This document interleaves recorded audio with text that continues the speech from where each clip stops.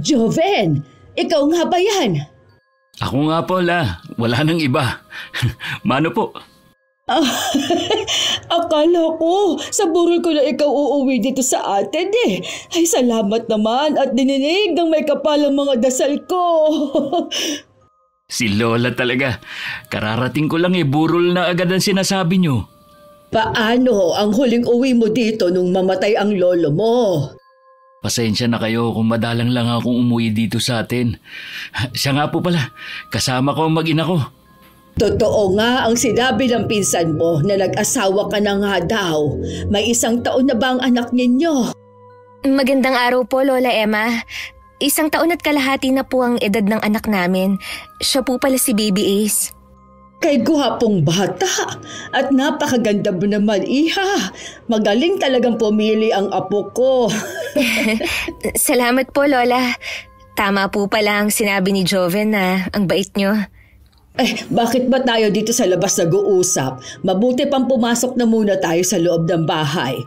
Magpapautos na rin ako ng mamemeryenda ninyo. Yun ang unang beses na nakatapak si Myra sa probinsya ng asawa. Sa mainit na pagtanggap sa kanila ng lola ni Jovena, na walang anumang pangamba sa puso ng babae. Habang papunta pa nga lang, ang dami nang naglalaro sa isipan niya kung anong magiging buhay nila. Nang makita nga niya ang lugar, tsaka lamang siya nagkaroon ng ideya. Anong masasabi mo? Mukha namang tahimik ang lugar nyo. Hindi lang yun. Mababait ang mga taga rito.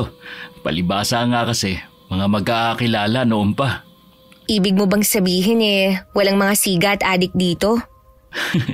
May mangilan-ngilan na siga pero wala akong nababalita ang adik dito. Matagal ka na rin hindi nakakauwi. Baka noon wala pa. Itatanong natin kay Lola mamaya. Aba, mukhang hindi sinusumpong ang anak natin mula kanina. Napansin ko nga rin Tsaka hindi siya umiyak sa lola mo kanina. Hindi siya nangingilala.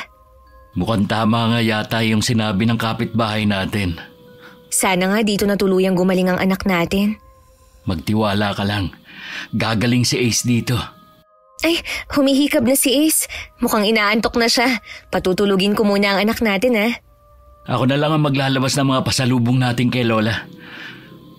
Bumalik na pala si Lola Emma. Lalabas muna ako Pakisabi, nagpapatulog lang kamo ako ng bata. Dumabas na si Joven dala mga supot ng pasalubong. Ang asawang si Myra naman, inayos ang pagkakahiga sa sahig na may sapi na banig. Sa kanya pa kasi dumidede ang kanilang anak. Nadat na naman ng asawa niya ang lola nito na inilalagay ang mga pagkain sa pinggan. Oh, si Myra at ang apo ko. Pinapatulog po ni Myra yung anak namin. Mula po kasi kanina hindi pa natutulog yung batang yun para bang manghang-mangha kasi sa nakikita. Di ikaw na muna ang magmerienda. Pinabili ko lang ito sa mga pamangkin mo sa karinderya ni Bebeng. Ay sige po, bigla ako nagutom. Ay, siya nga pala, ito yung pasalubong namin sa inyo. Naku, nag-abala ka pa. Pero salamat na rin at naalala mo ko sa kabila ng marami kang iniisip. Paano po nyo nalaman na marami akong iniisip? Mula pagkabata ako nang nag-alaga sa'yo. Kaya kilala na kita kapag meron bumabagabag sa'yo. Meron nga po. Iyon din ang dahilan kung bakit bigla kaming umuwi dito. Sabihin mo kung ano ang problema. Yung anak kasi namin mula nang ipanganak hindi nawawalan ng sakit. Ang laki na nga nang nauubos namin pera sa pagpapagamot hindi pa rin gumagaling. Pagkatapos ng isang sakit meron na naman ulit. Isang kapitbahay po nagpayo sa amin na baka gumaling ang anak namin kung itatawid ng dagat. Baka daw po kasi gawa ng taong may lihim na galit sa amin ang karamdaman ng bata. Posible nga yan, Apo. Kung hindi rin maipaliwanag ng doktor kung ano ba ang pinagmumula ng sakit ng anak nyo, titignan ko rin ang bata. Oo nga po pala. Nanggagamot pa rin po ba kayo? Paminsan-minsan na lang kapag hinihingi ng pagkakataon. Sige na, kumain ka muna. Lalabas lang muna ako at titignan ko ang mga ibinilad kong isda. Pangingisda ang pangunahing hanap buhay ng mga residente sa lugar dahil nga malapit sa dagat. Ang namayapang mga magulang ni Joven ay pangingisda ang kinabubuhay. bago nasangkot sa malagim na aksidente sa dagat. At mula nga noon, hindi na rin natagpuan ang kanilang mga katawan. Tulog na ba si Ace? Oo, nagulat nga ako eh. Ang bilis yung nakatulog. Hindi katulad nung nasa Maynila tayo na iyak ng iyak muna bago matulog. Tama nga yata yung sinabi ni Ate Rona. Hindi ko pala nababanggit sa'yo na marunong din manggamot ang lola ko. Mamaya, titignan niya ang anak natin. Joven, magtatagal ba kaya tayo rito? Ang totoo niyan, nang makatungtong ulit ako sa lugar na to, ibang saya na ramdaman ko. Tsaka ngayon ko lang naisip na matanda na si Lola at wala siyang kasama dito sa bahay. Kahit ba sabihin na nasa paligid lamang ang mga kamag-anak namin, iba pa rin kapag may kasama siya rito sa bahay. Kahit saan naman tayo tumira, ayos lang naman sa akin. Basta ang gusto ko may matatag kang trabaho. Ayoko naman kasing maging pabigat pa tayo sa lola mo. Oo naman, maghahanap agad ako ng trabaho. Kung hindi man pwede naman akong mangisda gaya ng tatay ko. Kaya mo bang pumalaot para mangisda? Oo naman. Bago ako nagtrabaho sa Maynila, pumapalaot na ako kasama ang mga tiyuhin ko. Kaya sisiw na lang ang pangingisda sa akin. Basta mag-iingat ka. Alalahanin mo yung nangyari sa mga magulang mo. Huwag kang mag-alala. Hindi mangyayari sa akin na nangyari sa kanila. Hindi mo kasi may aalis sa akin ng mag-alala. Halika na nga muna sa kusina. Kumain ka na habang tulog si Ace. Ang lola mo nga pala. Nasa labas lang siya. Tinitignan yung mga pinapatuyo niyang isda. Sa pagtataka ng mag-asawa, hindi nagligalig ang kanilang anak hanggang gabi. Gumigising lamang si Myra kapag gutom at gustong dumede ng bata. Kinabukasan naman, tinignan ni Lola Emma ang kanilang anak. May mga dahon din na pagkatapos bulungan ng matandang babae ay itinapal niya sa noo ng apo. Lola, tama po kaya ang sinasabi ng kapitbahay namin sa tinirahan namin? Oo, iha. Hindi pangkaraniwan ang sakit ng anak nyo. May isang tao ang may lihim na galit sa inyo, kaya anak ninyo ang pinahihirapan niya.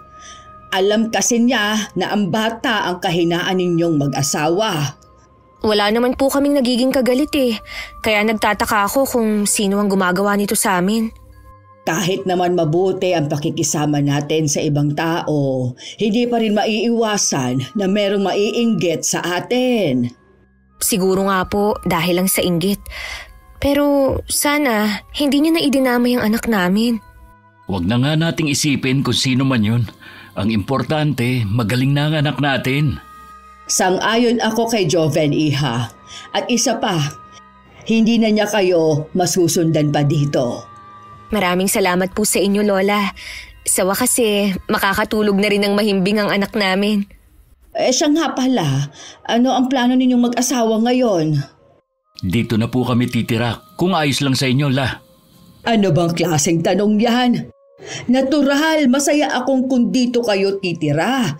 Ilang taon na lang naman ang ilalagi ko sa mundo na to. Gusto ko rin naman kayong makasama. Bala ko pong mangisda ulit. Pwede ka naman sumama sa mga tiyuhin mong pumalaot. Kakausapin ko nga po sila mamaya kung kanino ako pwedeng sumama. Mas maganda nga sana kung may sarili kang bangka, apo.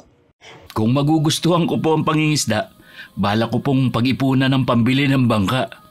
Alam ko naman na magagawa mo lahat ng plano mo.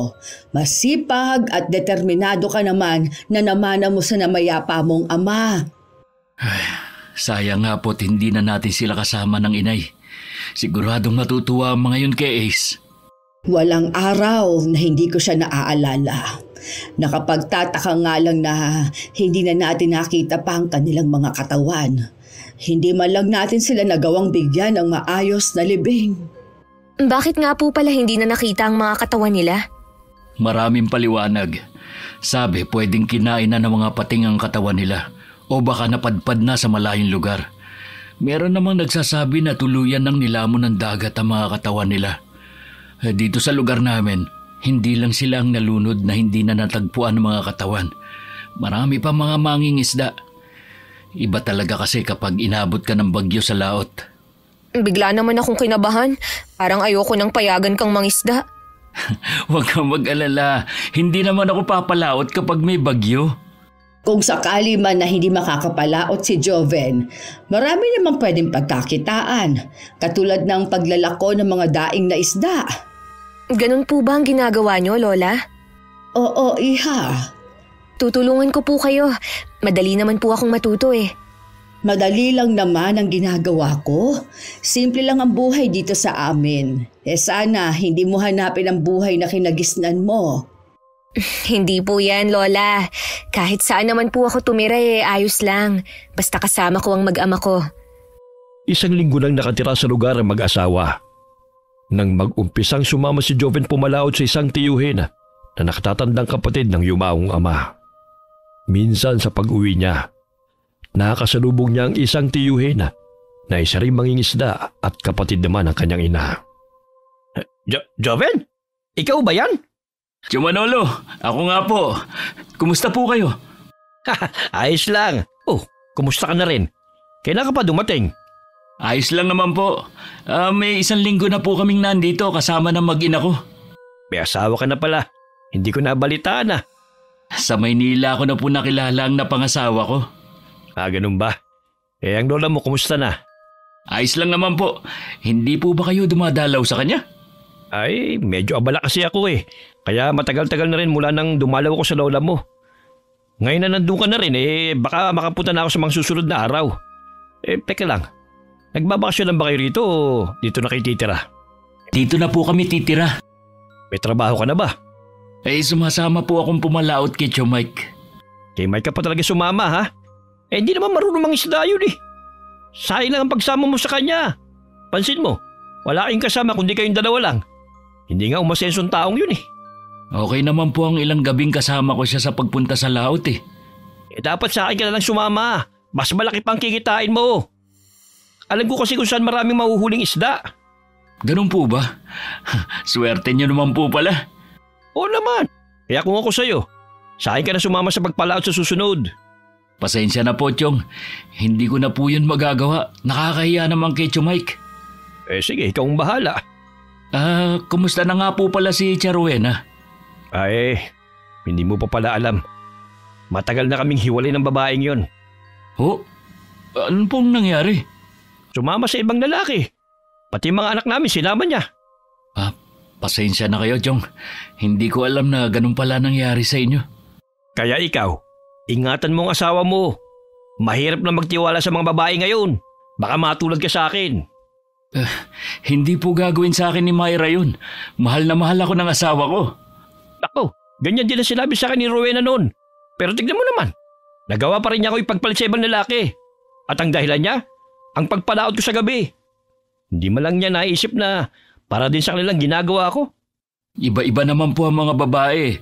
Alam ko po na kami ng anak ko ang prioridad ni Myra. Minsan pumunta ka sa bahay. Tumagay naman tayo.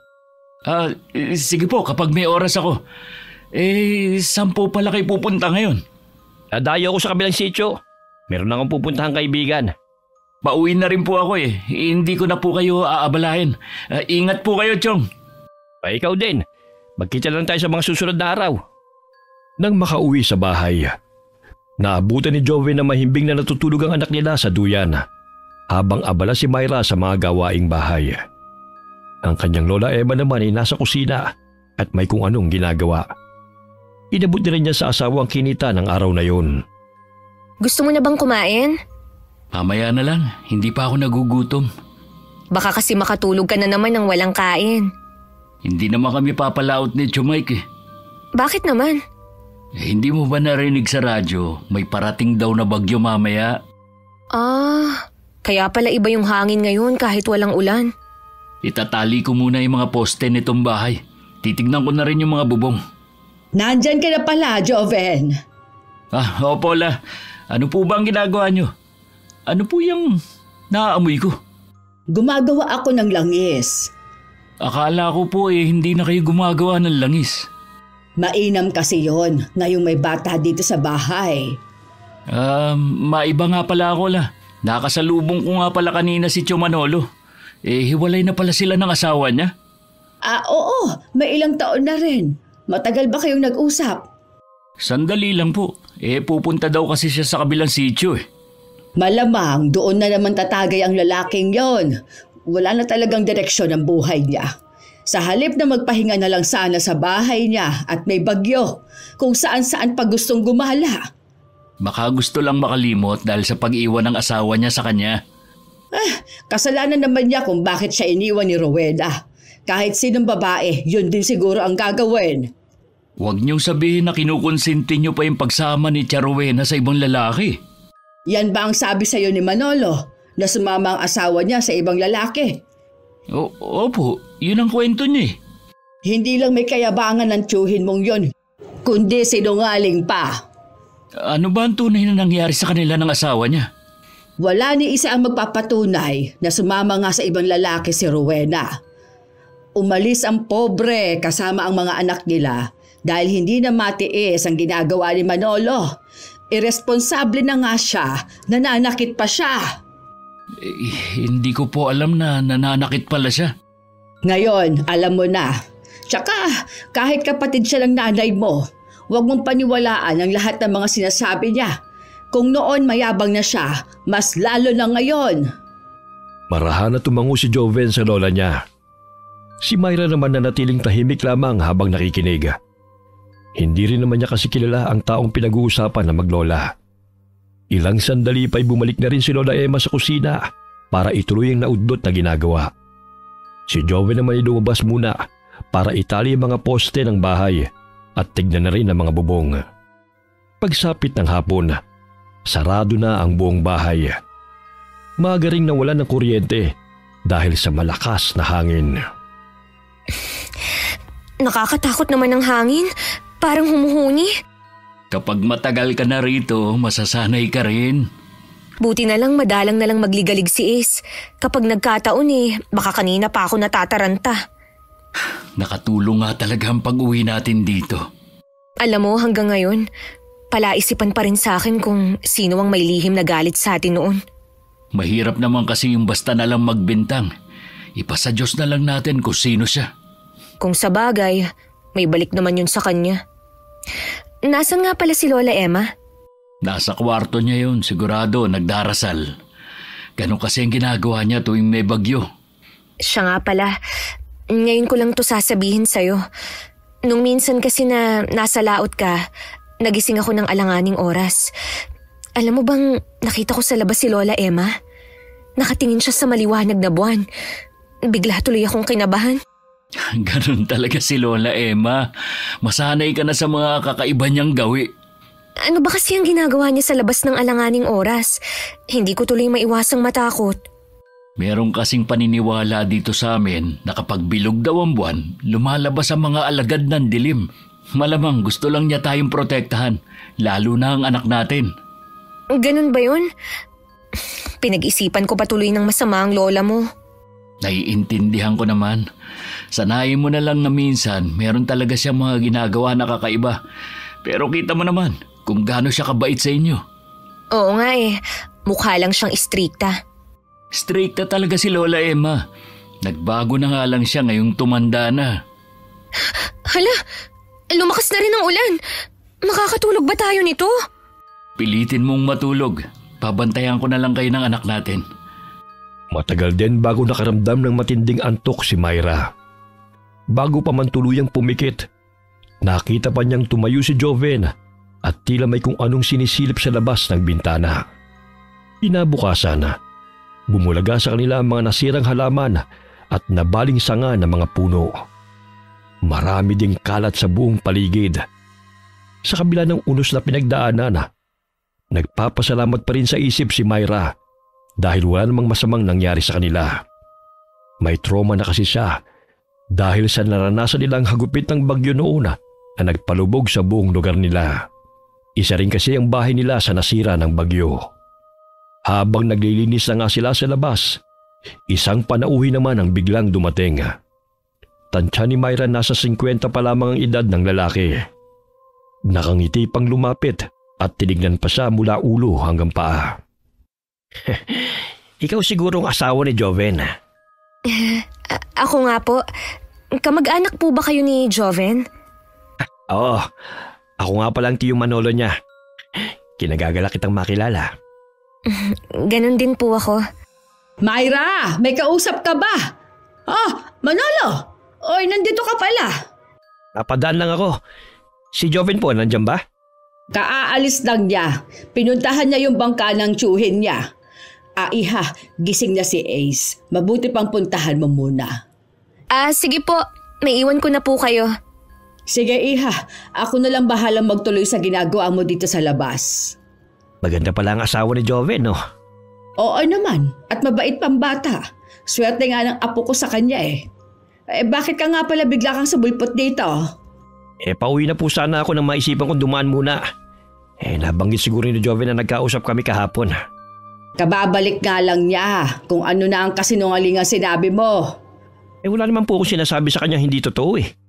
O anong tawag mo sa sinabi mo na sumama sa ibang lalaki ang asawa mo? Totoo naman po na… Tumigil ka na nga! Kalalaki mong tao! Mahilig ka gumawa ng kwento! Ano bang mapapala mo sa ginagawa mong yan? Grabe naman po kayo magsalita sa akin. Para naman pong hindi tayo magkamag-anak. Hindi naman talaga. Dahil kay Joven kaya lang tayo nagkaroon ng ugnayan. Ganun na rin po yun. Kung wala ka ring magagawang buti sa apo kong si Joven, mabuti pang layuan mo na lang siya. Hindi po pwede yun. Pamangkin ko si Joven. Anak siya ng kapatid ko. Baka nakakalimutan nyo na. Hindi ko nakakalimutan ang bagay na yon. Pero tingin ko, ang pakikipaglapit mo sa kanya, baka magdala lang ng kapahabakan. Grabe talaga kayo magsalita. Diretsahan at walang paligoy-ligoy. Dahil sa tanda kong ito, gusto ko na lang na pinaprangka ang isang tao. Idiretsahin ko na rin po kayo. Pamangkin ko si Joven. Wala akong balak na ipahamak siya. Sana nga. Totoo yung sinasabi mo. Ano po? Tutuloy na ako. Sigurado na marami din pong kalatang bakuran ko. Maglilinis din ako. Hindi na niya narinig pang sumagot si Lola Eva. Hindi naman intensyon ni Myra makinig sa pinag-uusapan nila. Kaya lamang sa tapat ng kwarto nila nag-uusap ang mga ito. Napukaw din ng gusto ang kuryosidad niya sa mga sinabi ni Lola Emma sa tiyuhin ni Joven. Unang kita pa lamang din naman niya sa lalaki. Parang mabigat na ang dugo niya rito. Gusto sana niyang tanungin si Lola Emma nang makaalis ang lalaki.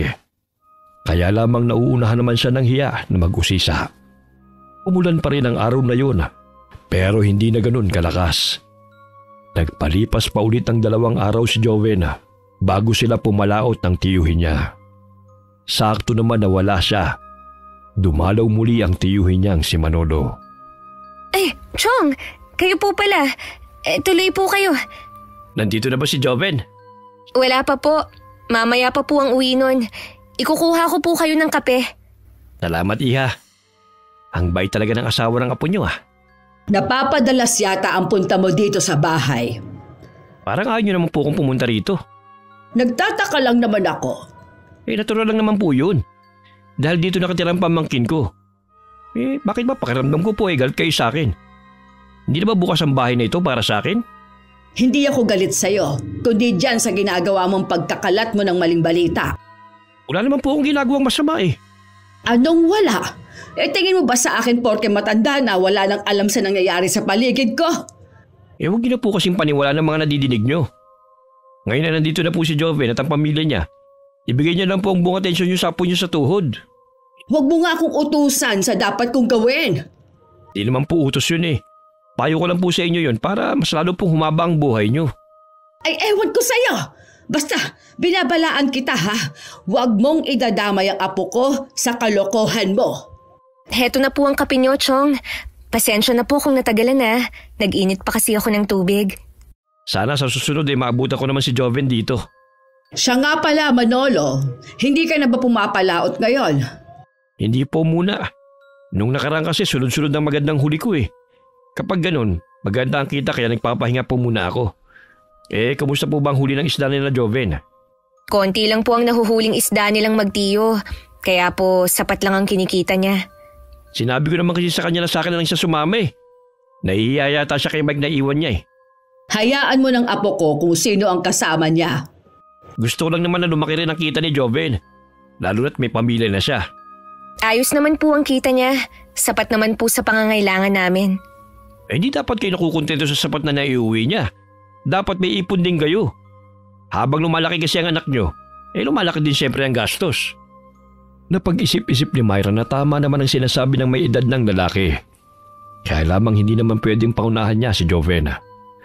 Lalo't halata naman na ayaw ni Lola Emma sa tiyuhin ito. Nang maubos ang laman ng tasa, nagpaalam na rin ang tiyuhin ng asawa niya. Sa kanyang pagtataka, ipinatapon ng matanda ang tasa na ginamit ng lalaki. Huwag kang magtitiwala sa kanya, iha. Bakit naman po? Sundin mo na lang ang sinasabi ko sa'yo. Para din yon sa kapakanan mo. Sige po. Maiwan ka na muna dito. May kailangan lang akong puntahan. Babalik din ako kaagad. Mag-iingat po kayo, Lola. Sa loob ng isang buwan, wala pa ring pagbabago sa huling isda ni na Joven at ang tiyumite niya. Para bang inaala talaga silang magtiyuhin. Para may pandagdag sa gastusin sa bahay. Tuwing hindi nakakapalaot si Joven, naglalako naman si Myra ng daing na isda. Katulad ng araw na yon, naglako siya. At hindi inaasahan na makakarating siya sa dulong bahagi ng baryo kung saan nakatira ang tiyuhin ng asawa. Ang sipag mo naman. Akala ko mga taga Manila walang alam sa buhay sa probinsya. Wala nga po, pero kaya ko naman maghanap buhay. Sino nga palang naiwan sa anak mo? Iniwan ko po kay Lola Emma, tsaka nandun naman po si Joven. Hindi ka na rin naman iba sa akin. Pamangkin na rin kita. Kung ako sa'yo, huwag mong ipagkakatiwala ang anak mo sa matandang yun. Sige ka, baka magising ka na lang na isang araw wala na ang anak mo. Ano po ang ibig niyong sabihin? Isang buwan ka pa lang naman na nandito Malalaman mo rin ang ibig kong sabihin. Mas mabuti pa rin po kung sa inyo na mismo manggagaling. Pasensya ka na, iha. Pero ayokong isipin mo na sinisiraan kong matandang yun. Teka lang. Ilan na lang ba yung tinitinda mo? 3 balot na lang po ito. Bibiling ko na lahat yan para makauwi ka na sa inyo. Madami po ito Hindi po ba mag-isa lang kayo sa bahay nyo? Hayaan mo na, iha. Ang mahalaga ay makauwi ka na maaga sa inyo. Sige po. Maraming salamat po sa inyo, Chong. Mabilis nang ibinalot ni Myra sa supot ang 3 balot ng daing. Pagkatapos abutin ang bayad, nagpaalam na rin siya. Habang naglalakad palayo, hindi niya maiwasan na lumingon. Wala na sa kinatatayo nito ang lalaki. Naisip niya na baka pumasok na sa loob ng bahay. Pagdating sa kanila, ang naabutan niya lang ay si Lola Emma at ang kanyang anak. Maaga kaya yatang nakauwi ngayon? Opo. Mabilis po kasing naubos ang paninda ko. Buenas ka talaga sa pagtitinda. Lola, si Joven po. Nasa likod bahay, nagsisibak ng kahoy na panggatong. Ako na po ang mag-aalaga kay Ace. Salamat po sa pagbabantay sa kanya. Baka napapagod ka pa, magpahinga ka na muna. Hindi naman nagliligalig itong anak mo Tsaka wag mong sanayin na lagi kang arga ang apo ko. Nakakahiya naman po kasi sa inyo kung pati itong si Ace aalagaan nyo. Gusto ko rin naman. Nagpapasalamat nga talaga ako dahil inuwi ninyo dito ang apo ko. Si Ace ang bunsong apo ko sa tuhod. Mahilig po siguro talaga kayo sa bata, Lola. Oo. Ilang apo din ang inalagaan ko sa nakalipas na taon. Lola, ipapasok ko na po sa kwarto si Ace Hihilamusan ko na rin po. Sige. Sa kusina lang ako. Habang binibihisan ni Myra ang anak, pumasok naman si Joven na basa ng pawis. Nakaramdam kaagad siya ng inis dahil hinayaan ito sa kanyang lola ang anak nila. At isa pa sa nakadagdag ng pag-aalala niya ay ang mga sinabi ng tiyuhin nito. Bakit mo naman iniwan sa lola mo ang bata? Hindi naman maligalig yung bata Kita mo naman na magkasundo sila ni Lola. Alam ko naman. Pero alam mo naman na may edad na rin ang lola mo. At may kakulitan na rin si Ace. Paano kung malingat yung matanda? Naisip ko kasi kung hihintayin pa kitang dumating, baka gabi na, hindi pa ako nakakatapos magsibak. Basta sa susunod kapag sa'yo ko ibinili ng bata, huwag mong kung kani-kanino iniiwan. Teka nga lang, may problema ba kung maiwan kay Lola ang anak natin? Gusto ko lang ingatan ng anak natin. Matanda na si Lola at saka ayoko nang abalahin pa siya. Hindi niya pababayaan ng bata at malakas pa sa kalabawan, Lola. Kita mo naman siguro kung paano siya kumilos dito sa bahay. At mula nang dumating tayo, hindi kanya pinakitaan ng masama. Wala naman akong masamang ibig sabihin eh. Eh bakit kailangan mo yung sabihin? Pasensya ka na. Pagod lang siguro ako. Ikaw naman kasi itong may gustong maglako eh. Sabi ko naman sa'yo na dito ka na lang sa bahay at alagaan mo ang anak natin. Ako na ang bahala sa lahat ng gastusin natin. Gusto ko lang kasing makatulong din. Yung ginagawa mo dito sa bahay at pagtulong kay Lola, malaking bagay na. Huwag ka nang maglalako sa susunod. Dito ka na lang sa bahay at alagaan mo ang anak natin. Sa kabila ng sinabing yun ni Joven, itinuloy pa rin niya ang ginagawa. Pero mahigpit pa rin niyang bilin sa asawa na siya lamang ang mag-aalaga sa anak nila. May gusto lang din kasi siyang malaman sa mga residente. Nang araw na yun, nalaman nila na asawa siya ni Joven. Sinadya rin kasi ni Myra na ipakilala ang sarili para malaman ang magiging reaksyon nila. Nang malaman nga ng mga tao na taga Maynila siya, nag-umpisa na silang magkwento tungkol kay Lola Emma. Hindi naman ipinahalata ni Myra ang biglang takot na naramdaman. Pagka-uwi sa bahay, gusto sana niyang komprontahin si Joven pero natatakot naman siya na baka marinig sila ng lola nito at baka hindi rin siya paniwalaan. Oh, masama ba ang pakiramdam mo, Iha? Tamilmil ka kasing kumain. Ayos lang po ako. Medyo busog pa po kasi ako. Kung masama kasi ang pakiramdam mo, meron ako dyan herbal na pwede mong inumin. Naku, hindi na po Lola. Ayos lang po talaga ako. Baka po napagod lang ang asawa ko. Nagpapasalamat nga ako kay Myra. Mula nang siya ang maglako laging ubos ang daing. Hindi nung ako ang naglalako, napakatumal. Minsan pumupunta pa ako sa ibang barangay para lang makaubos. Hindi niyo po yata nabanggit sa akin na nakakarating kayo sa ibang barangay, Lola. Noon pa naman yon, pero nitong huli, dito na lang sa barangay natin. Kapag hindi nauubos, inuulam ko na lang. Bakit hindi po kayo binibilhan ng mga tao? Ay, hindi ko rin alam. Dati naman malakas ang benta ko. Siguro marami na rin kasi ang nagtitinda o gumagawa ng daing na isda. Huwag po kayong mag-alala. Kapag po hindi papalaot si Joven, ako na lang po ang maglalako. Nakakaawa naman po kayo kung ang layo ng nilalakad nyo. Ehersisyo ko na rin naman yon, Iha. Manghihina kasi ako kung lagi lang akong nandito sa bahay. Nakakapagtaka nga po Nasa edad nyong yan, malakas pa kayo. Yung mga kakilala ko po kasi, kung hindi may sakit, mga wala na po sa mundo. At sa edad ni Lola, wala pa rin siyang iniindang sakit. Ano po bang sikreto nyo, Lola? Siguro nasa lahi din namin. Tsaka gulay at isda lang ang madalas kong kainin. Bihira lang ang karne. Sana po ganyan din kahaba ang maging buhay namin ni Joven. Malay mo naman, Iha. Higitan niyo pa ang edad ko.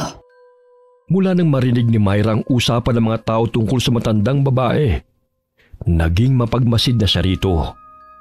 Madalas nagigising siya sa hating gabi na tila merong naglalakad sa may sala. Tuwing sumisilip siya, nakikita niya ang matandang babae na naglalakad habang may hawak na kandilang pula. Nang mga sumunod na araw, naging matumal na ang benta ni Myra, kaya napilitan na siyang ilako ang panindang daing sa kabilang barangay. Hindi rin niya akalain na isa yun sa pagtatalunan nilang mag-asawa. Minsan kasi ginabi na siya ng uwi dahil sa kagustuhan na makaubos ng paninda. Bakit ngayon ka lang? Galing pa kasi ako sa kabilang barangay. Hindi mo man lang ba ako pauupuin? Paano ka naman nakaabot dun? Kasi wala nang bumibili sa akin dito sa lugar natin. Di sana umuwi ka na lang. Hindi yung kung saan ka pa nakakarating. Hindi mo ba alam na malaking tulong sa atin ang ginagawa ko, ha? Kahit papaano nakakaipon ako. Hindi pa ba sapat yung kinikita ko, ha? Sapat lang. Pero ang gusto ko, yung nakakaipon ako. Akala ko ba naiintindihan mo na hindi ganon kaganda ang huli ng mga isda ngayon? Mula nung mag-umpisa kang pumalaot, kahit kailan naman hindi na maganda ang huli nyo ng isda Bakit hindi ka na lang sa tiyo Manolo mo sumama? Baka sakali lumaki-laki ang kita mo. Nakakahiya naman kung basta ko na lang iiwan si Tio Mike. Kailangan niya ng kasama sa pagpalaot. Ano? Habang buhay na lang ba tayong magsasakripisyo sa maliit mong kinikita? May plano akong maghanap ng trabaho. Hinihintay ko lang na makakuha ng makakasama ang Chong. Kailangan kasi natin maging praktikal. Lalo't may anak tayo. Alam ko naman yun. Huwag kang mag-alala. Gagawa ako ng paraan. Hindi ko naman kayo pababayaang mag-ina eh. Kapag nakakuha ko ng ibang trabaho, titigil ka na sa paglalako mo. Delikado rin kasi na ginagabi ka ng uwi galing sa kabilang barangay. Maliit na sakripisyo lang naman itong ginagawa ko eh. Magpahinga ka na muna. Tulog nga pala si Ace sa kwarto. Magluluto lang ako ng hapunan natin. Nasaan nga pala si Lola Emma? May pinuntahan siya. Napansin ko na panay yata ang alis ng lola mo sa gabi. Meron lang siyang ginagamot. Bakit kailangan sa gabi siya manggamot at hindi sa araw? Sa gabi kasi siya lagi pinapatawag eh. At saka wala namang masama kung sa gabi siya manggagamot. Magluto ka na nga. Titingnan ko lang ang anak natin. Lalo tuloy pinagdudahan ni Myra ang dahilan ng pag-alis sa gabi ni Lola Emma. Gustong-gusto na niyang magtapat sa asawa. Pero lagi naman siyang pinangungunahan ng pangamba na baka nga hindi siya paniwalaan ito. Hanggang maghapunan sila, hindi pa rin dumarating si Lola Emma. Malalim na ang gabi na maalimpungatan silang mag-asawa sa malakas na kalabog sa labas. Si Joey na lamang ang lumabas. Siya naman ay mahigpit na niyakap ang anak nila na tila gustong protektahan.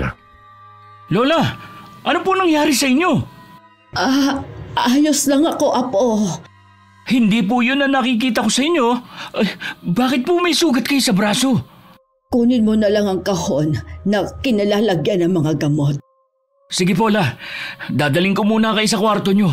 Kumapit kayo sa akin. Salamat, Apo.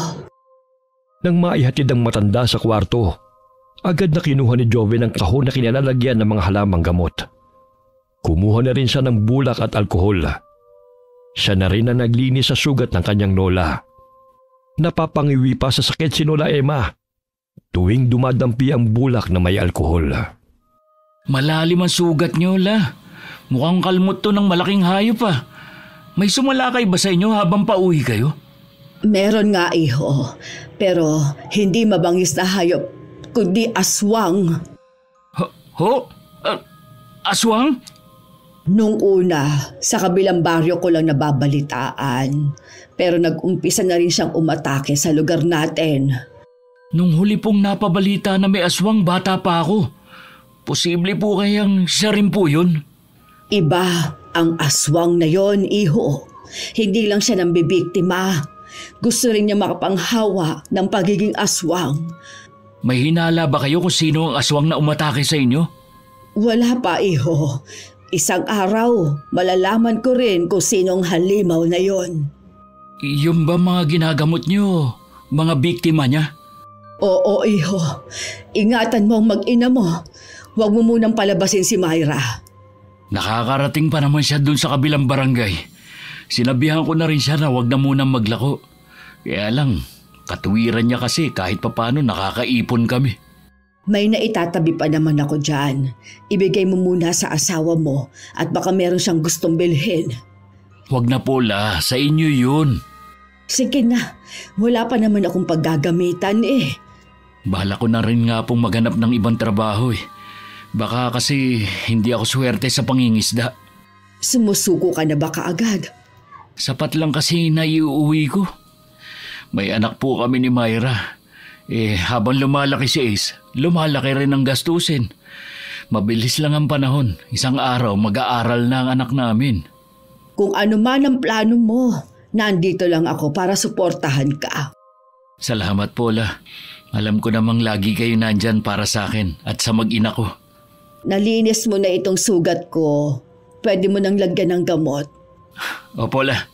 Siguradong gagaling na kayo. Alam ko naman na mabisa ang mga herbal nyo eh. Salamat, iho. Balikan mo muna ang mag-ina mo. Magpapahinga na rin ako.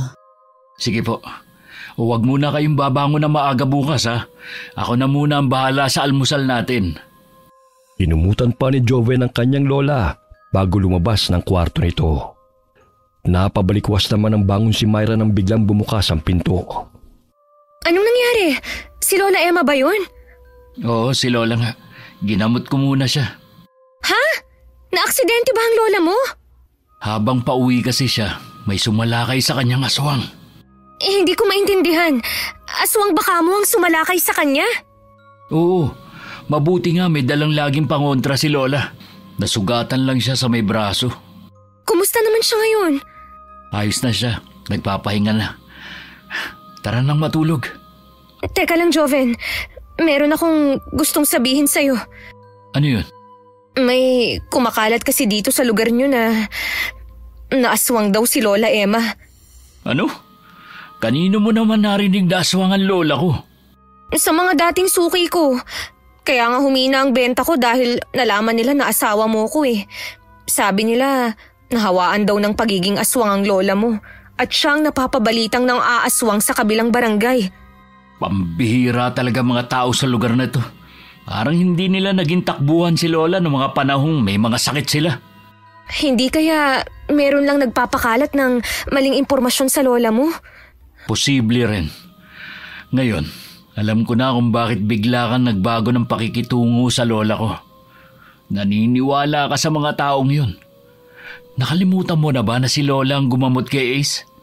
Kung meron mang higit na nakakakilala sa lola ko, ako yun. Sana man lang tinanong mo ko. Hindi yung basta ka na lang maniniwala sa mga yun. Patawarin mo ko, Joven. Dapat kay Lola ka humingi ng tawad at hindi sa akin.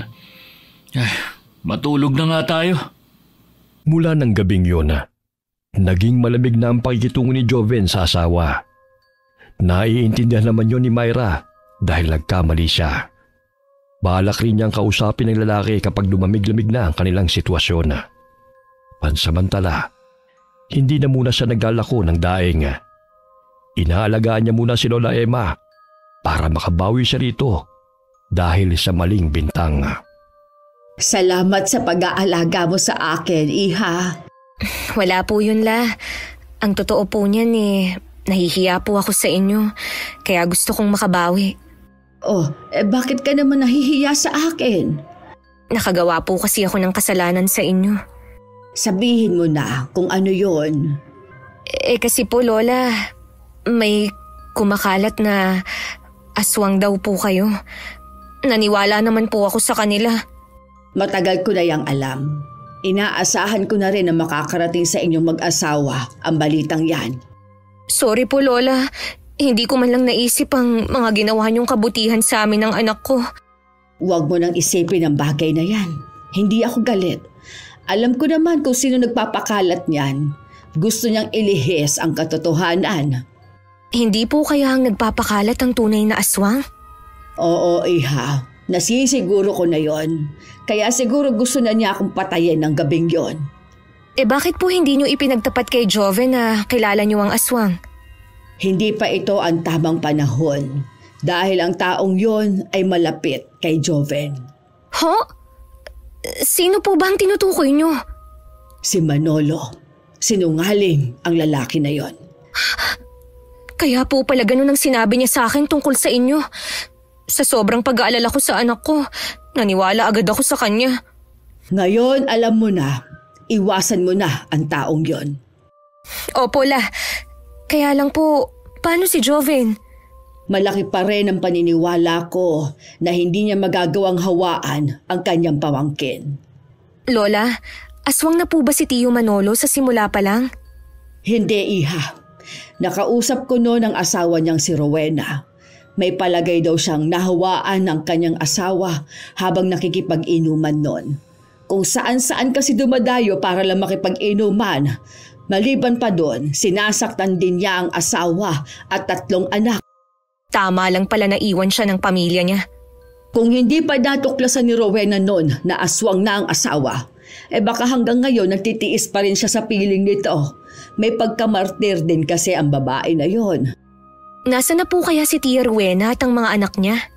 Nasa mabuti silang kalagayan at nasa malayong lugar na hindi na sila masusundan ng asawa. Matanong kita, Iha. Mabuti kahit laking Maynila ka, naniniwala ka sa mga aswang. Kahit po sa syudad ako lumaki at nagkaisip, Namulat naman po ako sa mga kwentong katatakutan ng ama ko. Taga-probinsya po kasi siya at marami pong alam tungkol sa mga aswang. Sayang nga po at maaga siyang nawala dahil sa sakit. Ikinalulungkot ko ang nangyari sa iyong ama. Nabanggit nga ni Joven na wala ka ng magulang at ang dalawa mo namang kapatid may kanya-kanya ng pamilya. Opo, sa kabila po noon nagkikita pa naman po kami. Alam din po nila na uuwi kami dito ni Joven. Kung sakaling maisipan nilang dalawin ka, bukas ang bahay na ito para sa kanila. Maraming salamat po, Lola. Kapag tumawag po sila babanggitin ko. Nang mga oras namang yun naisipan muna ni Joven na dalawin ang tiyo Manolo niya sa bahay nito bago umuwi. Sa may bungad pa lamang ng pinto'y may naamoy na siyang masangsang na amoy na nagmumula sa loob. Nang marahan niya yung itulak, tumambad sa kanyang napakadumi at makalat na loob ng bahay. Aatras na sana siya na maramdaman na may tao sa likod niya. Pagharap niya, ang tiyuhin ang bumungad sa kanya na matiim ang pagkakatitig sa kanya. Anong ginagawa mo rito? Dinadalaw po kayo. Pasensya na po kayo sa abala. Hindi ka naman abala sa akin Matagal na nga kitang hinihintay na dumalaw sa akin Tara, sa likod ng bahay. May kubo roon. Marumi pa kasi ang bahay ko Napansin ko nga po. Mukhang wala na kayong oras na maglinis Kung nandito sana ang tiya Rowena mo, siya ang gagawa niyan. Hindi ko na rin kasi maasikaso at madalas akong wala rito sa bahay. Alam niyo ba kung nasaan ang mag-iina niyo? Matagal na akong sumuko sa paghahanap sa kanila. Mahirap hanapin ang mga taong nagtatago. Buti po hindi niyo siya ginaya na naghanap na lang ng kakasamahin sa buhay. Sinubukan ko naman na maghanap ng kapalit niya Pero wala namang magkagusto sa akin. Mabuti pa nga ang alak Hindi ako iniiwan. Magastos nga lang. Yun nga lang po. Ano nga palang gusto mong inumin? Naku, wag na po, Chong. Busog pa naman ako Gusto ko lang po kayong madalaw. Mabuti ka pa. Ang iba kong kapatid at pinsan, parang hindi na nila ako naalala man lang. Hayaan niyo po, kakausapin ko sila.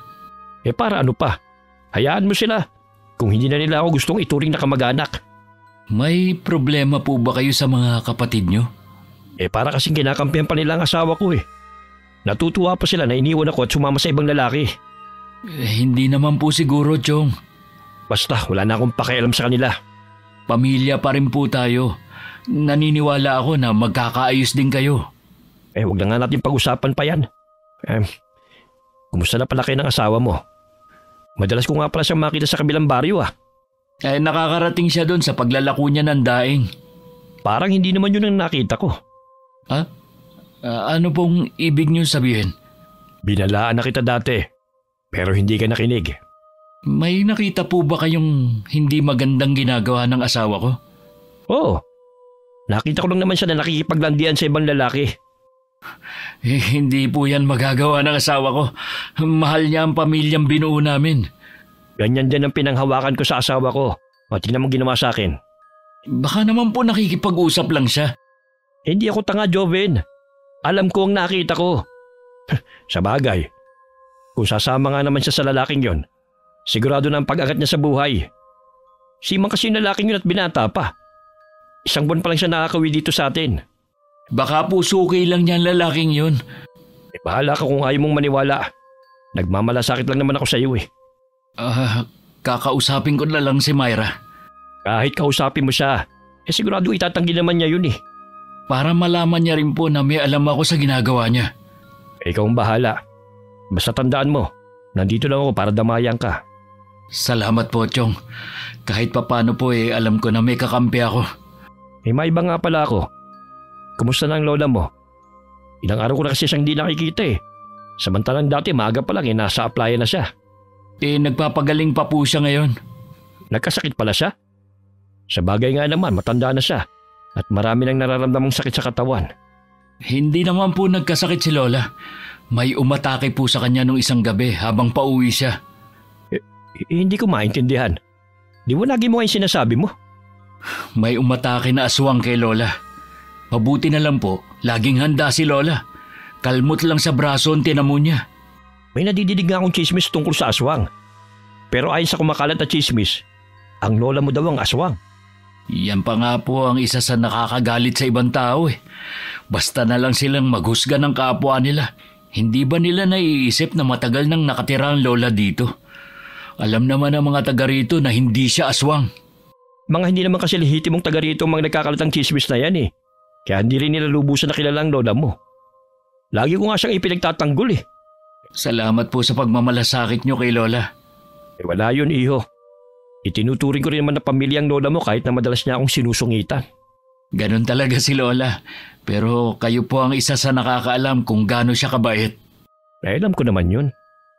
Pag-uwi ni Joven, napansin kaagad ng asawang pamumula ng kanyang mukha at ang amoy alak.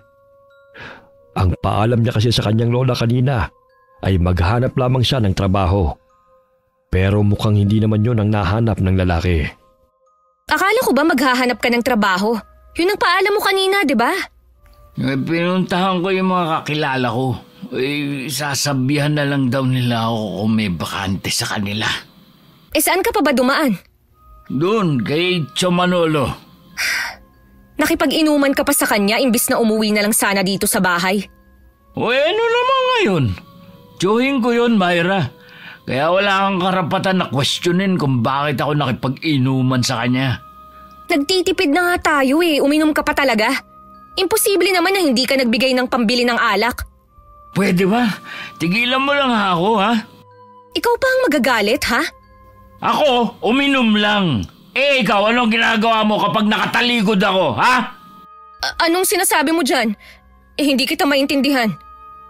Huwag ka nang magmangmangan pa. Kala mo siguro hindi ko malalaman na nakikipaglandian ka sa ibang lalaki sa kabilang barangay. Ginagamit mo pa kunwari paglalako mo na daing ni Lola. Naghahanap buhay lang ako at hindi lumalandi. Ang kapal naman ng mukha mo na akusahan ako na wala ka namang ebidensya. Ebidensya ba ka mo? Lagi ka nakikita ni Chomanolo na nakikipaglandian sa seaman na yun. Suki ko lang si Jake at wala kaming ginagawang masama. Jake pala pangalan ng lalaki mo, ha? Hindi ko siya lalaki. Tigilan mo na rin ang pagbibintang mo sa akin dahil lang sa kasinungalingan ng tsuhin mo. At si Chong pa pala sinungaling? Sino pala? Ako? Sino pa ba sa tingin mo? Oras na mapatunayan ko lang na niloloko mo nga ako. Hindi mo na makikita ang anak natin kahit kailan. Hindi mo magagawa yan. Ako ang ina at mas higit na may karapatan sa anak natin. Tingnan natin kung may magagawa yung karapatan na sinasabi mo. Oras na mailayo ko ng anak ko sa'yo. Joven! Saan ka pupunta? Bumalik ka dito! Mag-usap muna tayo! Lasing ka! Magpahinga ka na lang kung ayaw mong makipag-usap! Walang nagawa si Myra kundi tanawin na lamang ang asawa habang papalayo. Hindi niya alam kung saan pupunta ang lalaki sa ganong oras. Kahit nagagalit siya, mas nangibabaw pa rin ang pag-aalala niya rito. Lumabas naman ang kwarto niya si Lola Emma. Siguro nagising dahil sa pagtatalo nilang mag-asawa. Narinig ko lahat ng napag-usapan ninyo. Hayaan mo munang humupa ang galit ni Joven. Maniwala po kayo, Lola. Hindi ko niloloko ang asawa ko. Alam ko at naniniwala ako sa'yo. Kagagawa ni Manolong lahat ng ito. Balang araw, pagsisisihan din niya ang ginagawa niya. Bakit po ba ganun si Chong? Bakit gusto niyang sirain ang pamilya ko? Palibhasa nga kasi miserable ang buhay niya at gusto lang niya kayo idamay. Baka naghihiganti rin siya dahil noong mga panahong nagsasama sila ni Rowena hanggang iwan siya nito, nasa babae ang aming simpatya. Kung gano'n naman po ang ugali niya, sino po ba ang kakampi sa kanya? Yun na nga hindi marunong tumanggap ng pagkakamali. Hanggat may masisisi siya, sa iba niya isisisi ang maling nagawa niya. Lola, nag-aalala ako na baka maging katulad niya rin si Joven. Huwag kang matakot, Iha. Ako ang bahala. Oras na may gawin si Manolo sa apo ko, hindi na ako mangingiming kalabanin siya. Mag-iingat po kayo.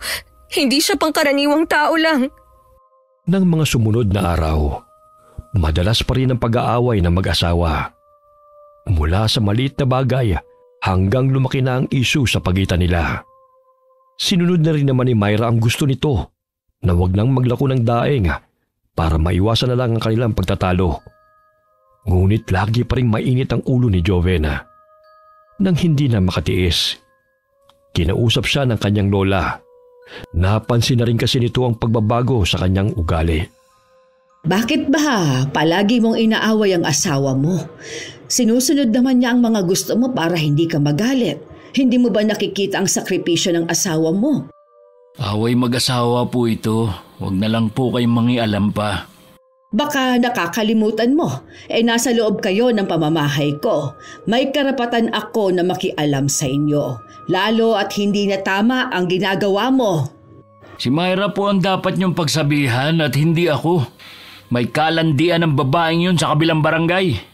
Dahil lang sa sinabi ng tiyuhin mo, naniwala ka naman agad. Mas higit mo dapat paniwalaan ang asawa mo kaysa sa sinungaling na yon. Hindi mo ba alam, wala na siyang ginawa kundi ang magkalat ng kasinungalingan. Siya rin na nagpakalat na aswang ako sa buong lugar natin. Hindi po magagawa ni Chong na magsinungaling. Matagal kang nawala. Marami nang nagbago. Hindi mo na siya kilala. Bakit ba hindi ka humaharap sa akin, ha? Tumingin ka nga sa akin. Bakit kailangan ko pang tumingin sa inyo? Diyos ko, bakit namumula ang mga mata mo? Ano pong ibig niyo sabihin? Humarap ka sa salamin. Masdan mong sarili mo. Ano nangyayari sa akin, Lola? Wala naman akong ginagawa. Kung gusto mong gumaling, huwag ka munang aalis. May sakit po ba ako? Wala kang sakit. Huwag ka na munang lalapit sa anak mo. Nitong mga huling araw, may nararamdaman ka bang kakaiba? Madalas lang po akong makaramdam ng pag-apdi na sikmura. Kahit kakakain lang natin, nagugutom na naman ako. Hindi ko rin po namamalayan na naglalaway ako. Diyan ka lang. Magpapakulo lang ako ng mga halamang gamot. Sa kwarto ni Lola Emma muna naglalagi si Jovena. Kinausap din ng matandang babae si Myra sa tunay na kalagayan ng asawa niya. Naiyak na lamang ang babae sa natuklasan at pwedeng kahantungan ng asawa. Huwag kang matakot. Walang masamang mangyayari sa asawa mo. Marami na akong napagaling na katulad sa kaso niya. Hindi ko lang po kasi maiwasan na matakot, Lola. Ang liit pa ng anak namin eh. Hindi mawawala si Joven sa atin. Kapag ginagamot ko siya, huwag ka na munang pumasok sa kwarto. Bantayan mo na lang ang anak mo sa kwarto ninyo. Pwede ko po bang silipin muna si Joven? Oo naman, iha. Mamaya lang gagamutin ko na siya. Tinungo na ni Myra ang kwarto ni Lola Emma at marahan na binuksan ang pinto. Nakahiga ang asawa niya habang nakapikit ang mga mata. Hindi siya sigurado kung tulog ba ito ng mga sandaling yun. Isinara na lang niyang muli ang pinto at saka bumalik sa kabilang kwarto. Naabutan na rin niyang gising ang anak na naglalarong mag-isa. Ilang sandali pa, binalikan na ni Lola Emma ang apo sa kwarto nito. Bumangon ka muna dyan, apo, at inumin mo muna ito. Ano po ito? Bakit ganito ang amoy? Halamang gamot yan. Kailangan mo lang tiisin at napakapait ng lasa niyan pero mabisa. Sige po, Lola. Iinumin ko basta gumaling lang ako. Ang pait nga. Ubusin mo ang laman ng tasa. Makakatulong yan sa'yo. Opo, La. Uubusin ko po. Iinumin ko lahat to kahit nakakasuka pa. Kailangan mo talagang mailabas ang kinain mo nitong mga huling araw. Ilang sandali lang, nakaramdam ng pagbaliktad ng sikmura si Joven. Mula sa kabilang kwarto, dinig ni Myra ang pagsusuka ng asawa. Halos manlupaypay na ang lalaki sa panghihina. Lahat ng kinain inilabas na niyang lahat, hanggang sa sumuka na siya ng malapot at malansang amoy na kulay itim. Pagkatapos noon, nanghihina na bumalik siya sa higaan at tila hinihila ang kamalayan. Nang makatulog ang apo, lumabas ng bahay si Lola Emma para kausapin si Tio Manolo. Para kang nakakita ng multo sa itsura mo. Hindi ko lang inaasahan na dadalawin niyo ako dito sa bahay ko. Kung nun sana humingi ka kaagad ng tulong para magamot ang pagkakayanggaw sa iyo, hindi ka aabot sa ganito. Ibig lang sabihin nun, ginusto mo rin ang nangyari sa'yo. Ano bang dahilan ng pagpunta mo dito? Akala mo ba magiging tulad mo rin si Joven, ha? Gusto mo pang idamay ang apo ko? Dahil sa ginawa mo sa kanyang yan, magbabayad ka. Binalaan na kita noon, pero hindi ka nakinig. Ano ba magagawa ng isang matandang katulad mo, ha? Hindi mo pa nga ako lubusan nakilala. Pati si Myra, ginawan mo rin ng kwento sa apo ko. Palibhasa kasi malungkot ang buhay mo, kaya gusto mo pang mandamay. Kung wala kang magandang sasabihin, mabuti pa umalis ka na. Ikaw ang umalis sa lugar nito. Oras na malaman ng mga tao na ikaw ang aswang, alam mo na ang mangyayari sa'yo. Kaya kung ako sa'yo, kusa ka nang umalis. Di ko gagawin yon. Kahit ipagkalat mo pa ang sikreto ko, walang maniniwala sa'yo. Mas paniniwalaan pa rin nila na ikaw ang aswang. Ang galing mong humabi ng kasinungalingan. Hintayin mo lang ang karma mo. Umalis ka na! Inaabala mo ako eh. Maghahanda pa ako sa pagpunta sa laot. Totoo nga ang kasabihan. Sa magkakapatid, may lalabas na ibang ugali. Kahit gaano pa kabuti ang pagpapalaki sa kanila ng mga magulang. Matagal ko nang tinanggap na ako ang black sheep sa pamilya namin. At hindi ko yun pinagsisisihan. Meron nga pala akong ipagtatapat sa iyo. Hindi aksidente ang nangyari sa mga magulang ni Joven. May ginawa ko para masira ang bangka nila at abutan sila ng malakas na bagyo sa laot. Walang hiya ka! Sabi ko na nga ba? Noon pa iba na ang kutob ko sa nangyari. Paano mo nagawa ang ganung bagay sa kapatid mo at bayaw? Sabi mo nga iba ako sa magkakapatid. Hanggang ngayon, hindi ako nagsisisi sa ginawa ko sa kanila. Tama lang pala. Nanayang daw ka dahil masama ka. Oo na! Tanggap ko na isa akong halimaw. Ngayon ko mas naiintindihan ng mga kapatid mo kung bakit kanila iniiwasan.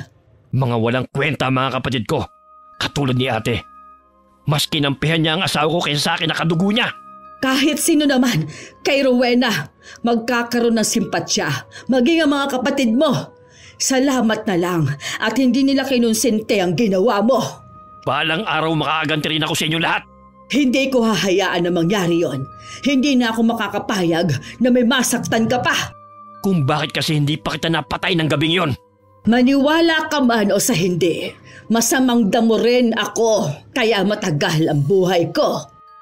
Nang makalis si Lola Emma, hindi maiwasan na mapaisip ng malalim si Manolo. May kaba rin siyang nararamdaman sa kung anong pinaplano ng matanda sa kanya. Nang makauwi sa bahay nila si Lola Emma, naabutan niyang natutulog pa rin si Joven. Muli siyang nagpaalam na aalis muli. Hindi na rin naman nagtanong si Myra. Nagbili na lamang siya na huwag magpapagabi sa labas sa matandang babae. Lingid sa kanya, sa dating kubo ng mga ito nagpunta si Lola Emma. Doon niya balak isagawa ang isang orasyon. Nilulukuban na kasi ng matinding pagkapukot ang puso nito dahil sa natuklasang ginawa ni Manolo sa kanyang apo. Nang dahil sa'yo, muli kong huhukayin ang matagal nang nakabaon na madilim na bahagi ng pagkatao ko. Hindi ko gustong kaalaman ko sa barang, pero para sa mga mahal ko sa buhay, gagawin ko ito. Nang magising si Joven, gutom na gutom siya kaya naman kinunan siya kagad ng pagkain ng asawa. Tama nga si Lola Emma.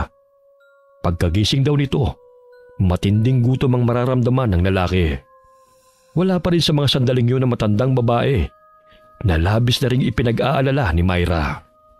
Sabi ng lola mo, ito daw muna ang kainin mong lugaw para hindi mabigla ang tiyan mo. Nasaan nga pala si Lola? Umalis siya kanina at hindi pa rin bumabalik. May importante lang daw siyang dapat gawin. Grabe ang panghihina ko. Pero mas magaan ang pakiramdam ko kaysa dati. Mabuti naman. Sobra akong nag-aalala sa'yo eh. Patawarin mo ako kung napagsalitaan man kita ng hindi maganda nitong mga huling araw. Hindi ko rin maintindihan ang sarili ko eh. Kung bakit parang gusto kong makipag-away lagi. Para bang merong nag-uudyok sa akin na magalit. Ngayon na magaling ka na, hindi mo na yun mararanasan pa. Sana naman umuwi na si Lola Emma. Madilim na sa labas eh.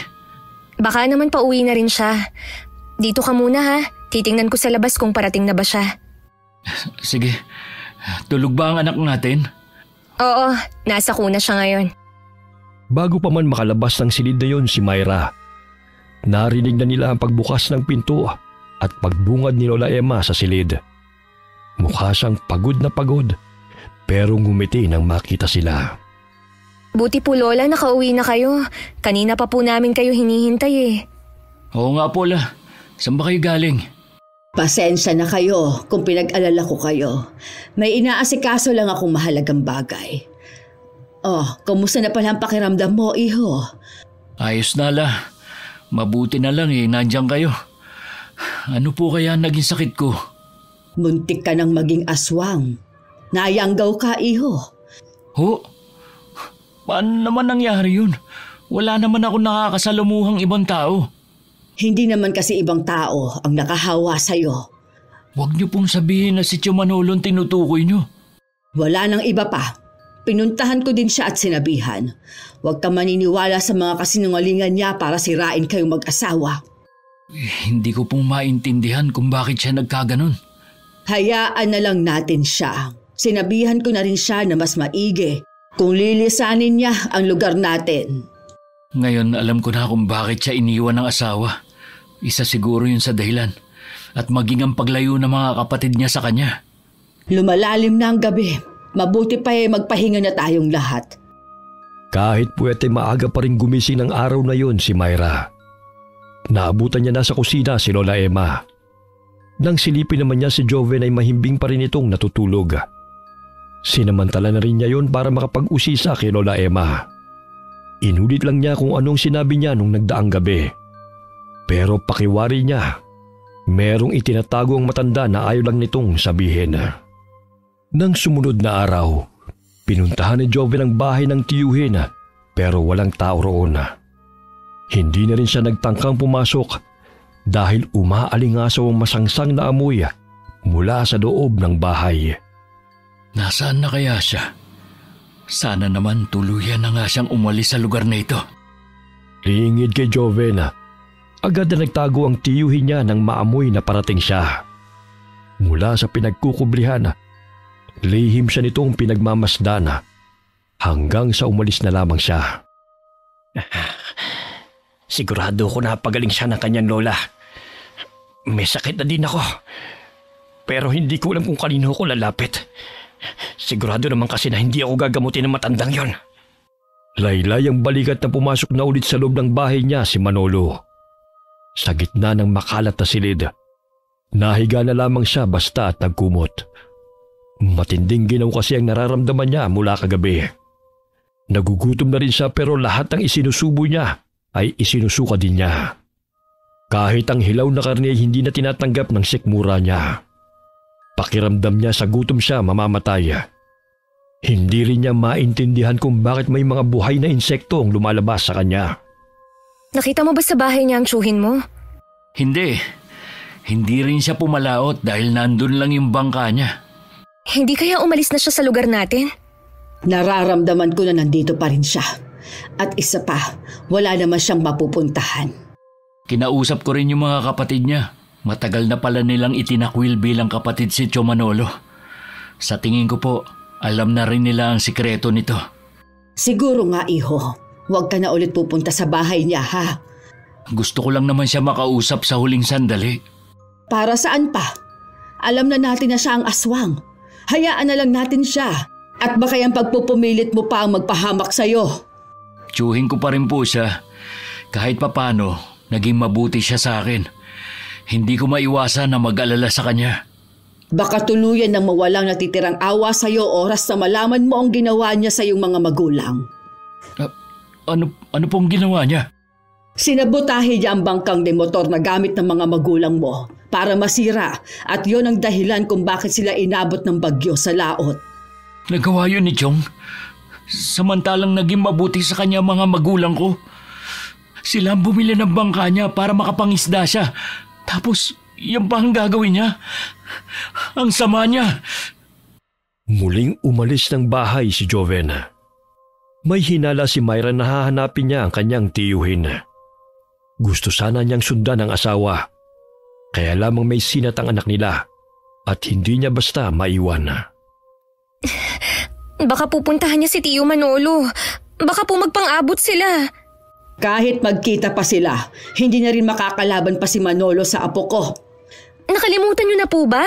Halimaw ang taong yun. Alam ko, Iha. Magtiwala ka lang. Walang masamang mangyayari kay Joven. Sana nga po. Pero hindi ko pa rin maiwasan mag-alala eh. Pwede po bang pakibantayan niyo muna si Ace? Susundan ko lang po si Joven. Bago pa makapagsalita si Lola Eva, mabilis na siyang pumanaog ng bahay. Kasalukuyang natutulog noon ang anak niya. Alam naman niya na hindi siya pababayaan ng kanyang lola. Tuloy-tuloy na siyang naglakad papunta sa bahay ni Manolo. Malakas ang kutob niya na naroon si Joven. Naabutan pa ni Joven ang kanyang tiyuhin na balot ng kumot. Tinanggal niya ang kumot na nakatakip dito at saka pinitsarahan. Kita naman ang takot at pagkalito sa mukha ng tiyuhin. Paano mo nagawa yun sa mga magulang ko, ha? Sama mo! Kapatid mo ang inay! Sinabi sa'yo ng lola mo? Oo! Paano mo ipapaliwanag ang ginawa mo? Anong dahilan mo? Magulo ang isip ko noon. Nagagalit ako. Kasi mas kinakampihan nila si Rowena kaysa sa akin. Dapat lang dahil sinasaktan mo ang asawa at anak mo. Hindi ka na naawa sa kanila. Tapos palalabasin mo na sila ang masama? Eh ikaw naman ang gago! Bakit kailangan mo pang pumunta rito?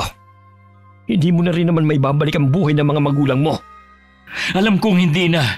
Gusto ko lang makita kung nagsisisi ka ba sa mga ginawa mo. Kung gusto mong marinig ang paghingi ko ng tawad, sige, patawarin mo ako. Siguro naman magiging masaya ka na. Wala ka talagang kwentang tao! Anong gusto mo? Yung galing sa puso?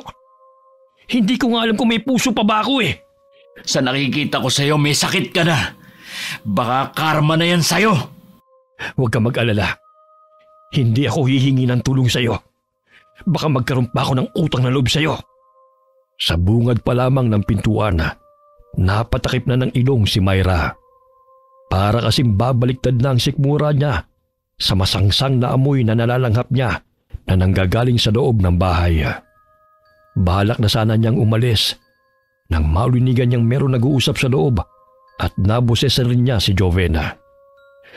Agad siyang pumasok at tumuloy sa kwarto kung nasaan ang dalawa. Joven? Ayan na pala ang sundo mo eh. Sayang, hindi ko kayo napaghiwalay na dalawa. Hindi kami kayang paghiwalayin ng mga kasinungalingan mo. Tandaan mo yan. Mabuti pa. Umalis na tayo sa bahay na ito. Baka tayo naman ang magkasakit. Umalis na nga tayo. Joven, sayang hindi ka naging katulad ko na aswang.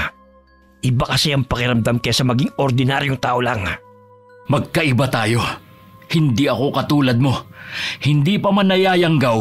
Halimaw na. Grabe ka naman. Ganun ba talaga ang tingin mo sa akin? Lumabas na tayo. Huwag mo na lang siyang pansinin pa. Hanggang makalabas ang mag-asawa ng bahay, ay dinig pa rin nila ang malakas na tawa ni Manolo. Para bang nasisira na ito ng bait. Nang masdan nga siya ni Myra kanina, alam niyang may sakit ang lalaki. Palagay ko, may malubha siyang sakit. Wala akong pakialam. Baka epekto na rin ang pagkain niya ng hilaw na karne. Sa kabilang banda naaawa rin ako sa kanya. Napansin mo ba?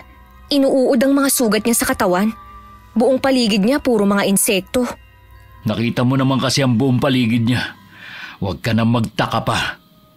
Hindi mawala sa isip ni Myra mga nakita sa bahay ng tiyuhin ng asawa niya. Naging tamilmil tuloy siyang kumain ng hapunan. Kinabukasan, sumama ulit na pumalaod si Joven sa tiyuhin habang hinihintay niya ang tawag sa inapreyang trabaho. Habang sila Myra at Lola Emma ay nasa bahay, sinabi ng una mga nakita at ang palagay niyang may sakit si Manolo. Yon ang parusa sa kanya dahil sa kasamaan niya. Hindi niyo po ba siya gagamutin? Paano ko gagawin yun, Iha, sa taong pumatay sa anak ko at manugang? Wala rin naman bisa ang gagawin kong panggagamot dahil galit ako sa kanya. Ganun po ba? Hayaan na lang natin kung anong magiging kapalaran niya. Sana naman po pagsisihan na niya ang mga ginawa niyang kasalanan bago mahuli ang lahat. Habang nag-uusap nga ang dalawa, nakarinig sila ng malakas na tawag sa labas ng bahay. Nagkatinginan pa sila bago nagpatiunan ng tumayo si Myra at saka sumilip sa bukas na bintana. Si Manolo ang nasa labas. Para na itong taong grasa dahil sa itsura. Marumi at sira-sira ang damit na suot. Pinalilibutan din siya ng mga langaw dahil sa mga sariwang sugat sa katawan. Hindi na rin tuwid ang kanyang pagkakatayo. Lola, si Tio Manolo po ang tumatawag. Lumabas ka dyan, tandang Emma! Harapin mo ko! Anong kailangan mo, Manolo? Hindi mo ba nakikita ang kalagayan ko? Kailangan kong tulong mo. Gamutin mo ko. Hindi kita matutulungan. Humanap ka na lang ng ibang manggagamot. Ayaw na nila akong tulungan dahil naamoy na nila kung ano ang pagkatao ko. Hindi ko na problema yon. Umalis ka na. Huwag kang manggulo dito. Hindi ako aalis dito hanggat hindi mo ako ginagamot. Kung kinakailangan, luluhod ako. Tinotoo nga ni Manolo ang sinabi niya na hindi aalis sa tapat ng bahay. Hanggang dumating si Joven ay naroon pa rin siya. Nag-usap ang maglola kung ano ang magandang gawin sa lalaki. Sana hanggang ngayon buhay pa rin ang mga magulang mo kung hindi dahil sa ginawa niya. Nagagalit din ako dahil sa muntik ka na niyang hawaan. Matanda na rin naman ako. Pwede ako magpatawad at kalimutan ang lahat o hayaan ko na siyang magdusa hanggang mamatay siya. Galit pa rin po ako sa kanya at hindi ko alam kung mawawala yon. Pero ayokong mabuhay na puro galit ang nasa dibdib ko. Pero hindi siya maaaring magtagal dito. Kailangan niya magpakalayo-layo para wala na siyang mabiktima pa. Mapapagaling ko ang karamdaman niya pero hindi ang pagtayang daw niya. Minsan kaming pumalaot ni Tio Mike. Meron siyang tinuro na isang isla. Sabi niya, wala daw nakatira sa lugar na yon. Pwede dun si Tio Manolo. Kung ganon, kausapin mo siya at ibigay ang kondisyon. Lumabas si Joven ng bahay para kausapin ang tiyuhin niya. Kahit siya na ginawa ng masama, ay nakaramdam pa rin ang habag dito. Hanggang tuluyan na naglaho ang galit sa puso niya. Akala ko hindi mo na ako haharapin. Maawa ka sa akin. Tulungan mo ako. Alam ko naging hambog ako. Dahil akala ko malakas na ako. Dahil may dugo ng aswang ang nananalaytay sa ugat ko. Hirap na ako. Gagamutin ka ni Lola pero kailangan mo umalis sa lugar na ito. Doon ka titira sa malayong lugar na hindi ka makakapinsala sa mga tao. Hindi ko alam kung saan ako pupunta. Meron akong alam na pwedeng pagdalan sa'yo. Kailangan mong pumayag dahil yun lang ang kondisyon ni Lola sa'yo. Sige, payag na ako. Basta pagalingin lang ako ng lola mo. Ginamot nga ni Lola Emma ang tiyuhin ng apo. Nang malakas na siya at kaya na niya ang sarili, hinatid na siya ni Joven sa isang isla na sinasabing walang nakatira kundi mga ligaw na hayop. Nandito na tayo, Chong. Alam ko nga ang lugar na ito. Minsan kapag nasa laot ako natatanaw ko nga ito. Sinasabi nila na misteryoso ang isla na ito. Alam kong magagawa niyong manirahan ditong mag-isa. Pasensya na, Chong. Kailangan ko na umalis.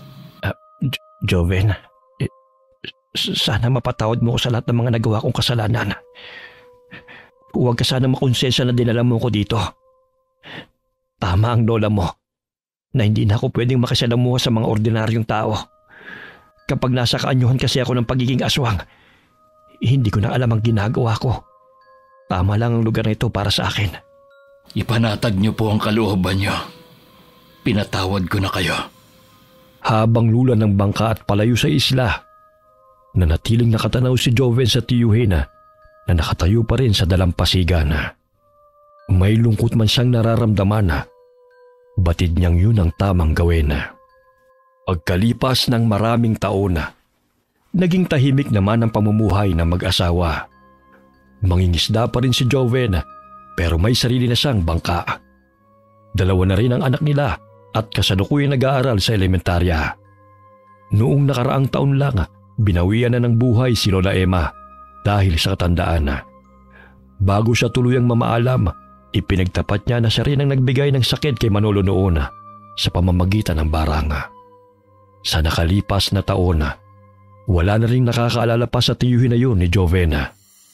Minsan daw natatanaw pa rin niya ang isla kung saan niya ito dinala. Pero kahit na kailan, hindi siya nagtangkang lumapit doon. Nangako pa sila noon na hanggang kamatayan, magiging lihim ang pagdadala niya sa tiyuhin sa isla na yon. Okay, sana po nagustuhan niyo ang kwento natin ngayon. Shout out po tayo sa isa sa pinakamakulit na mag-comment sa Ingkong. Hi po kay Kimpi Feliciano. Kamusta? Kimpoy, Champoy.